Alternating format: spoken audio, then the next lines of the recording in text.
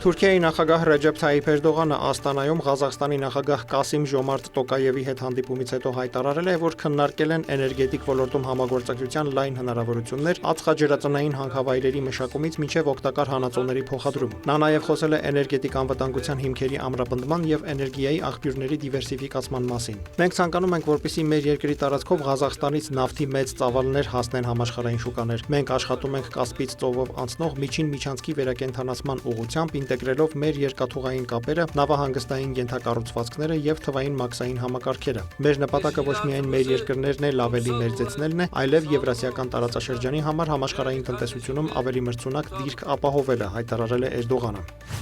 Կիևի վրա ռուսական հրթիռների եւ ԱԹՍ-ների հերթական զանգվածային հարձակման հետևանքով զոհվել է առնվազն 24 մարդ, այդ թվում 3 երեխա, կան տասնյակ վիրավորներ։ Այդ մասին հայտնել է Ուկրաինայի արտակարգ իրավիճակների պետական ծառայությունը։ Կիևի քաղաքապետ Վիտալի Կլիչկոն մայիսի 15-ը քաղաքում սգո օր է հայտարարել։ Այդ օրը Կիևում կիչեցվեն պետական դրոշները, քաղաքում կարգելվեն ժամանցային բոլոր միջոցառումները։ Ուկրաինական զինված ուժերը հայտնել են, որ մեկ օրվա ընթացքում ռուսական բանակն Ուկրաինայի ուղղությամբ արձակել է 892 անօդաչու թռչող սարք, որոնցից 710-ը կասեցվել է հակաօդային պաշտպանության միջոցով։ Պատերազմի ընթացքում առաջին անգամ հարձակման է ենթարկվել նաև Անդրկարպատյան մարզի մայրաքաղաք Ուժգորոդը։ Ուկրաինայի արտգործնախարար Անդրեյ Սիվիհան հայտնել է, որ Կիևի վրա զանգվածային օդային հարձակման կապակցությամբ իր գերատեսչությունը նախաձեռնելու է ՄԱԿ-ի անվտանգության խորհրդի նիստ։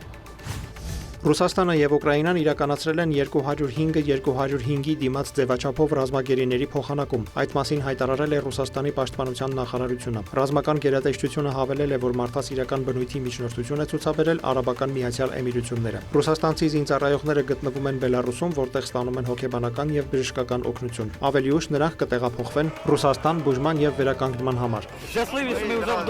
Ուկրաինայի նախագահ Վոլոդիմիր Զելենսկին հաստատել է, որ ռուսական գերությունից վերադարձել են Ուկրաինայի զինված ուժերի, ազգային գվարդիայի եւ պետական սահմանային ծառայության զինծառայողներ։ Սա 1000-ի դիմաց փոխանակման առաջին փուլն է, ասել է Զելենսկին։ Նրա խոսքով ազատ արձակվածների թվում են շարքայիններ, սերժանտներ եւ սպաներ։ Նրանց մեծ մասը 2022 թվականից գտնվում էր ռուսական գերության մեջ։ Նրանք պաշտպանել են Ուկրաինան Մարիուպոլում եւ Ազովստալում, Դոնեցկի, Լուգանսկի, Խարկովի, Խերսոնի, Զապորոժիեի, Սումիի, Կիևի եւ այլ ուղղություններում եւ Չեռնոբիլի ատոմակայանում, նշել է Ուկրաինայի նախագահը։ Хочется сказать одне.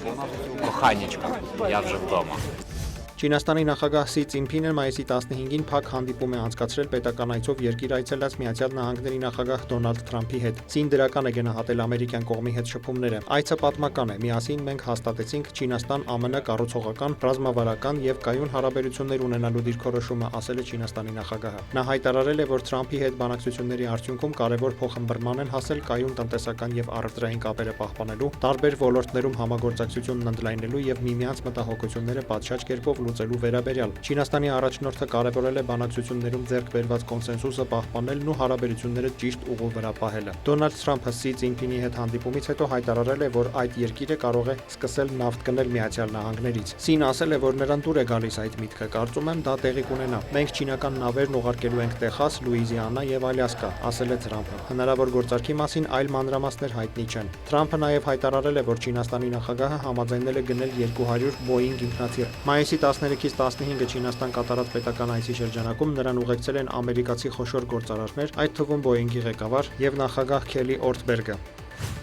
Միացյալ Նահանգների պետքարտուղար Մարկո Ռուբիոն NBC News-ի հետ հարցազրույցում հայտարարել է, որ ԱՄՆ նախագահ Դոնալդ Թրամփի եւ Սի Ցինփինի հանդիպումից հետո Վաշինգտոնը չի փոխել դիրքորոշումը Թայվանի հարցում։ ԱՄՆ քաղաքականությունը Թայվանի նկատմամբ բավական հետևողական է եղել մի քանի նախագահական վարչակազմերի շրջանում եւ չի փոխվել նաեւ այսօր, ասել է Ռուբիոն։ Նա նշել է, որ Չինաստանը բարձրացրել է այդ հարցը բանակցությունների ժամանակ, սակայն այն առանձնահատուկ տեղ չի զբաղեցրել։ Ռուբիոն քննադատել է Թայվանի վրա Չինաստանի աճող ռազմական ճնշումը։ Նա նաեւ անդրադարձել է էներգակիրների համաշխարհային գներին։ Նախագահ Դոնալդ Թրամփը թույլ չի տա Իրանին Մերձավոր Արևելքում լարվածության պատճառով բենզինի գների աճն օգտագործել, որպեսզի հակամարտության կարգավորման շուրջ Վաշինգտոնի համար ոչ շահավետ գործարք կնքվի, հայտարարել է պետքարտուղարը։ Նա հիշեցրել է, որ ԱՄՆ-ում արդեն միջոցառումներ են ձեռնարկվել բենզինի գները պահպանելու համար եւ դրանք նվազելու են։